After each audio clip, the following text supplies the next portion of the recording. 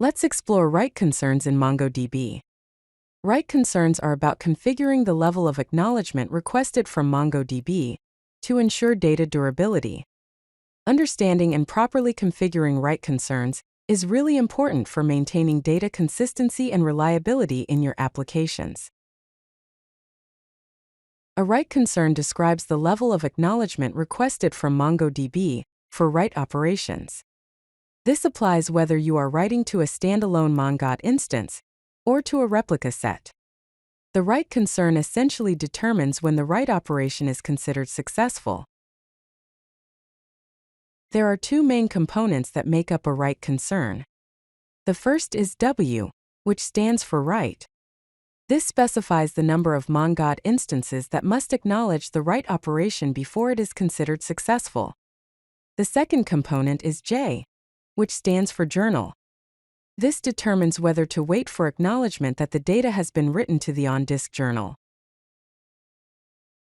Let's discuss the different levels of write concern. At level 0, which is W:0, no acknowledgement is requested. This is often referred to as fire and forget. At level 1, W:1, acknowledgement is requested from the primary instance only. This is the default level of write concern. Now let's discuss more advanced write concern levels. At level W:n, where n is a number greater than 1, acknowledgement is requested from n members of the replica set. At level W:majority, acknowledgement is requested from the majority of the replica set members. Now let's take a closer look at the journal write concern. When J is set to false, there is no confirmation of the disk journal write. This is the default behavior. When J is set to true, the system waits for confirmation that the data is written to the on-disk journal.